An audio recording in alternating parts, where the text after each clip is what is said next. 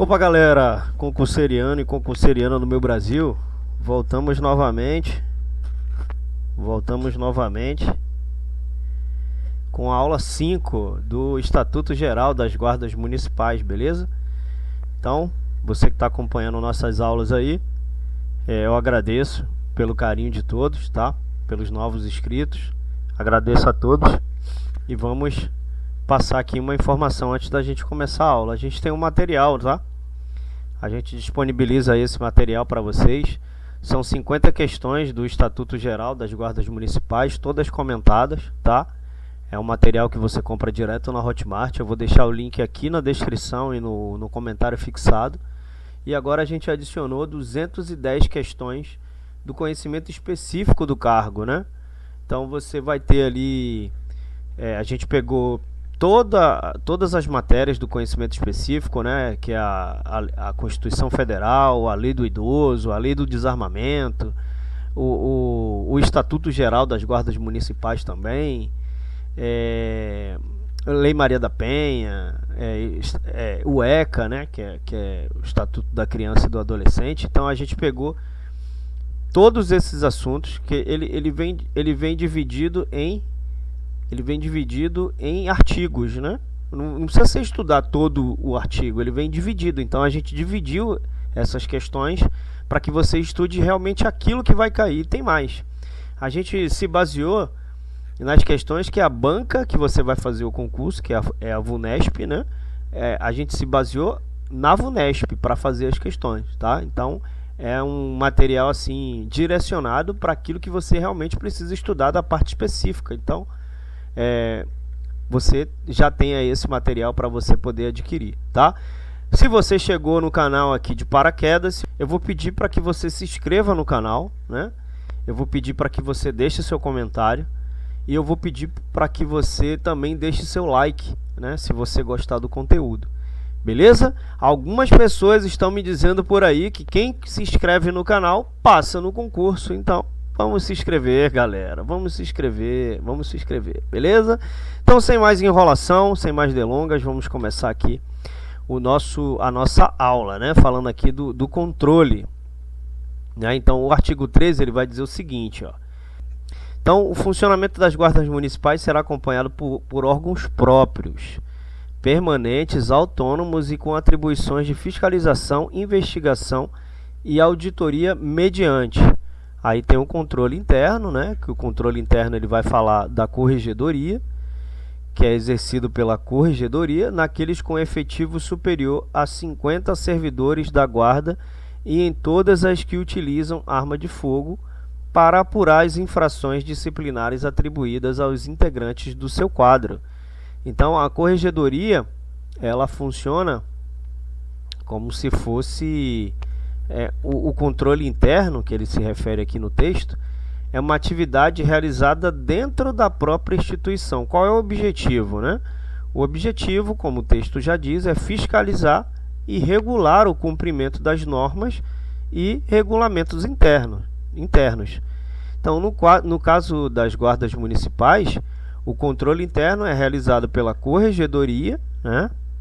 E é um órgão específico responsável que ele vai apurar ali as infrações disciplinares atribuídas aos membros da guarda municipal.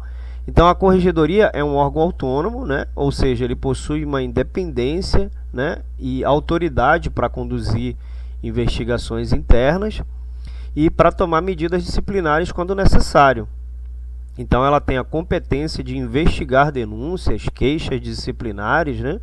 Condutas irregulares por parte dos integrantes ali da guarda municipal. Então, qual é o papel da corregedoria? O papel da corregedoria é garantir que os membros da guarda municipal estejam agindo de acordo com as leis, né? Nada mais justo do que isso. Então, ele vai regulamentar os procedimentos internos estabelecidos. Então, isso inclui o uso adequado de arma de fogo, né? Caso o guarda municipal utilize esse tipo de equipamento, a conduta profissional esperada pelo servidor, né? Entre outras coisas. Então a corregedoria ela vai realizar uma investigação interna, vai coletar ali as provas, né? Vai ouvir as testemunhas e vai tomar as medidas disciplinares apropriadas em casos de infrações constatadas. Então essas medidas podem variar, assim, pode ser advertências, suspensões, né? Pode ser até demissão, dependendo da gravidade da infração cometida. Então é importante a gente ressaltar que existe, né, que a existência de uma corregedoria para realizar o controle interno é obrigatório nas guardas municipais que possuem um efetivo superior a 50 servidores ou em todas as que utilizam arma de fogo, como o texto explicou. Então essa exigência tem o objetivo de assegurar a transparência, né, a imparcialidade, a responsabilização dentro da instituição. Então, né, é dessa forma que funciona o controle interno.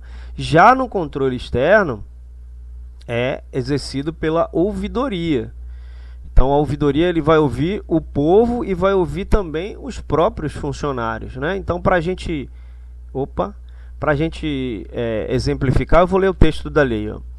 É exercido pela ouvidoria independente, né, em relação à direção da respectiva guarda, qualquer que seja o número de servidores de guarda municipal, então ele não exige 50 servidores, para receber, examinar e encaminhar reclamações, sugestões, elogios e denúncias acerca da conduta dos seus dirigentes e integrantes e das atividades do órgão. Então ela vai propor soluções, oferecer recomendações e informar os resultados aos interessados, garantindo-lhe a orientação, informação e resposta. Então, a ouvidoria ela funciona como um serviço de controle externo, né? Então, ela vai ouvir a reclamação dos moradores das ruas, né? Dos moradores das ruas, não. Dos moradores que estão na rua, né? Dos moradores fora da organização. Então, ela vai receber reclamações sobre a conduta, né, dos seus integrantes da guarda municipal. Então, por exemplo, um cidadão entra em contato com a ouvidoria para relatar ali um caso em que um membro da guarda municipal agiu ali de maneira agressiva, né, durante uma manifestação pacífica. Então a ouvidoria vai examinar a reclamação, vai conduzir uma investigação imparcial, né, vai coletar as evidências, como pode ser vídeos, né, pode ser testemunhos, e encaminhar o relatório ao órgão responsável pela guarda municipal. Então, com base nas conclusões da investigação, a ouvidoria pode recomendar medidas disciplinares, treinamentos ou mudanças na política interna para evitar a repetição de tais incidentes. A ouvidoria também trabalha em conjunto com a corregedoria, né? Porque se ela recebe uma reclamação de um servidor e essa reclamação é muito grave, aí ela encaminha para a corregedoria. Se ela pode resolver ali, ela resolve, né? Então, quando ele fala de sugestões para melhoria nas políticas práticas, então aqui, nesse caso, um grupo de moradores, um exemplo, né, envia uma sugestão à ouvidoria propondo a implementação de programas comunitários de prevenção ao crime, por exemplo. Então, a ouvidoria vai analisar essa sugestão, né, vai realizar a pesquisa, vai consultar especialistas, né, em segurança pública. Aí, com base nisso, a ouvidoria pode ali gerar um relatório, né, com suas recomendações e vai enviar à direção da Guarda Municipal. Então, a ouvidoria pode sugerir a criação de parcerias com organizações locais, alocar recursos para treinamentos e revisar as estratégias de patrulhamento comunitário.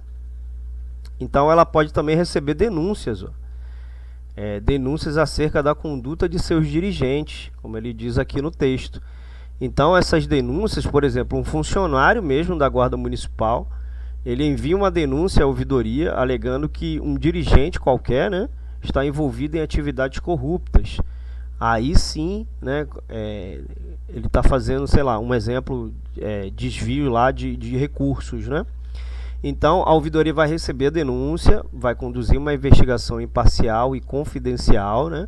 Vai coletar as evidências e vai encaminhar esse relatório à corregedoria, que aí já não faz parte mais da delegação dela.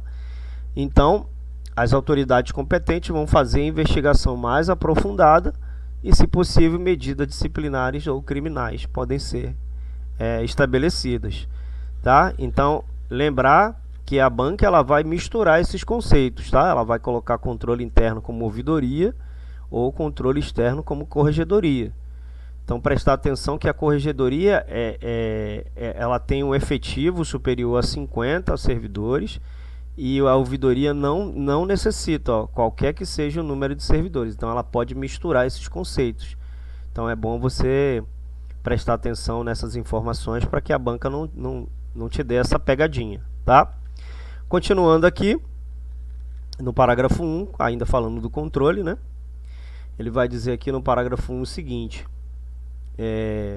o Poder Executivo Municipal poderá criar órgão colegiado para exercer o controle social das atividades de segurança do município, analisar a alocação e aplicação dos recursos públicos e monitorar os objetivos e metas da política municipal de segurança, posteriormente a adequação e eventual necessidade de adaptação das medidas adotadas face aos resultados obtidos. Então, aqui no caso do parágrafo 1, né, do artigo 13, o Poder Executivo Municipal ele tem a possibilidade de criar um órgão colegiado. O que significa esse órgão aqui colegiado, né? O órgão colegiado ele é uma estrutura composta por um grupo de pessoas que ele vai se reunir ali, eles vão se reunir, né, para tomar decisões e deliberar sobre determinadas questões, né? Então, diferente de um órgão unipessoal, em que a autoridade e responsabilidade, né, recai sobre um único indivíduo. Então, o órgão colegiado ele é formado por diversos membros que possuem voz e poder de votos igualitários. Então, nesse contexto aqui, o órgão colegiado mencionado pode ser um grupo de representantes da sociedade civil, né, especialistas, profissionais da área de segurança e demais interessados ali no tema, que vão se reunir para exercer um controle social das atividades de segurança do município. Então, essa estrutura colegiada, ela vai permitir, né, a participação e o compartilhamento ali de diferentes perspectivas, né, fortalecendo ali a transparência, a representatividade na formulação e avaliação, né, das políticas de segurança. Então, o Poder Municipal poderá criar esse órgão colegiado, né, para exercer o controle social das atividades de segurança do município. Então, essa análise de alocação e aplicação de recurso público, que ele fala aqui, né, analisar e alocar a aplicação de recurso público, ele está se referindo que o órgão colegiado ele é responsável por examinar como os recursos públicos destinados à segurança municipal estão sendo alocados e utilizados. Isso envolve acompanhar ali o orçamento, né, identificar possíveis desvios ou ineficiências ali na utilização dos recursos e propor também melhorias, né, para a gestão financeira. Então, ele vai analisar e aplicar os recursos públicos e monitorar os objetos e metas da política municipal de segurança. Quando ele fala desse monitoramento aqui, né, e os objetos e metas da política municipal de segurança, ele está dizendo que, em outras palavras, isso implica em acompanhar ali o andamento das ações implementadas, né? Ele vai avaliar sua eficácia, vai verificar se estão sendo alcançados os resultados esperados. Então, caso necessário, o órgão pode propor ajustes ou adaptações nas medidas adotadas, né, com base nos resultados obtidos. Aí tem, posteriormente, a adequação e eventual necessidade de adaptação de medidas adotadas face aos resultados obtidos. Então, essa avaliação, o órgão colegiado, ele tem o papel de analisar a efetividade das medidas, né, de segurança implementadas pelo município. Isso vai incluir, ele vai verificar se as medidas estão produzindo ali os resultados desejados em termos de redução da criminalidade, né, o aumento da sensação de segurança da população e a melhoria da qualidade de vida. Então, com base nessa avaliação, o órgão pode sugerir ali, né, mudanças, né, adaptações para aprimorar a eficiência das políticas de segurança, beleza? Aqui no parágrafo então, assim, aqui no parágrafo 2, os corregedores e ouvidores terão mandato cuja perda será decidida pela maioria absoluta da Câmara Municipal, fundada em razão relevante e específica prevista em lei municipal. Então, o que esse parágrafo 2 está explicando para a gente? O parágrafo 2 do artigo 13, ele estabelece que os corregedores e ouvidores das guardas municipais terão um mandato, beleza? Então, a perda desse mandato será decidida pela maioria absoluta da Câmara Municipal. Essa decisão de perda de mandato está fundamentada em razão relevante específica prevista na lei municipal, que é o que o texto acabou de falar para a gente. Então, isso significa que os corregedores, responsáveis ali pelo controle interno, né, das guardas municipais, e os ouvidores, responsáveis pelo controle externo, não podem ser destituídos do seu cargo de maneira arbitrária, né?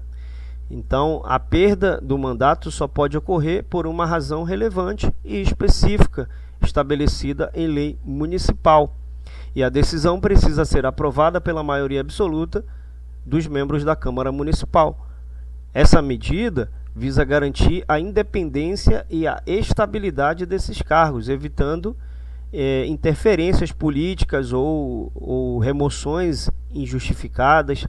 Então, ao exigir uma razão relevante e específica, a legislação municipal estabelece critérios claros para a eventual perda de mandato dos corregedores e ouvidores, assegurando que qualquer decisão nesse sentido seja fundamentada e justificada.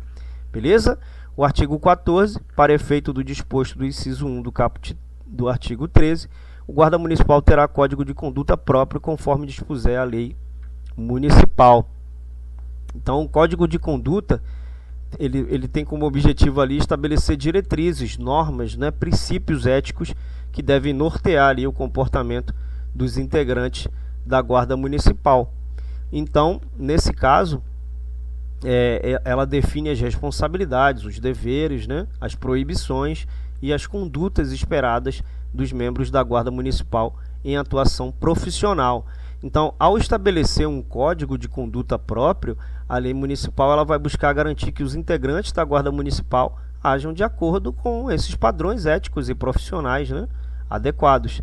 Então, o código de conduta contribui para a promoção, para a transparência, para a integridade, a responsabilidade na atuação da guarda municipal, tá? Então, a guarda municipal terá um código de conduta próprio.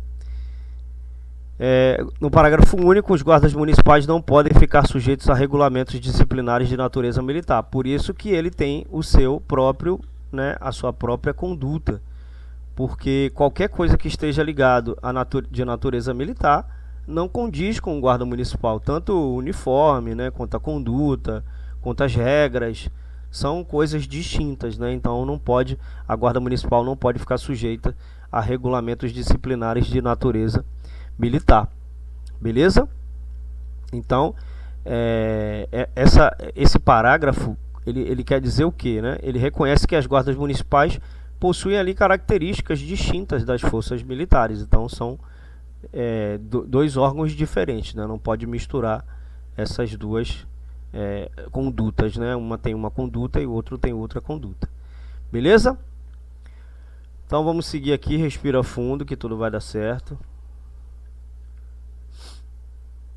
Respira fundo. Então aqui no caso a gente vamos fazer um exercício para a gente treinar, para ver como é que você tá aí nesses estudos, tá?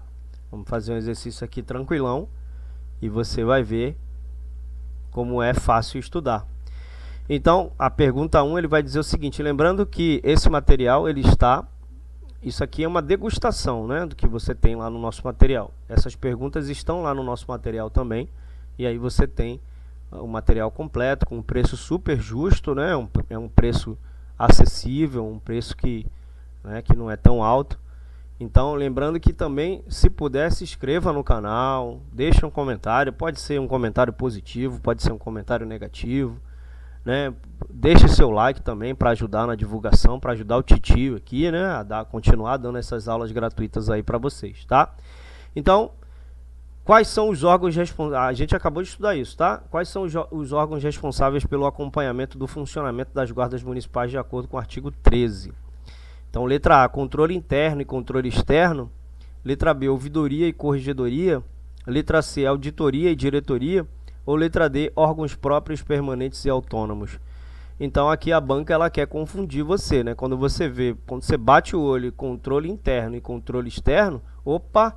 Então, o controle interno é responsável, né? São os órgãos responsáveis pelo acompanhamento e pelo funcionamento, o controle interno, tanto o controle interno quanto o controle externo. Ele é responsável pelo acompanhamento do funcionamento das guardas municipais. Ele só não é um órgão, né? Então, tomar cuidado com isso daqui. Ouvidoria e corregedoria, essa é a nossa resposta. Ela colocou aqui uma auditoria, ela não, a gente, né?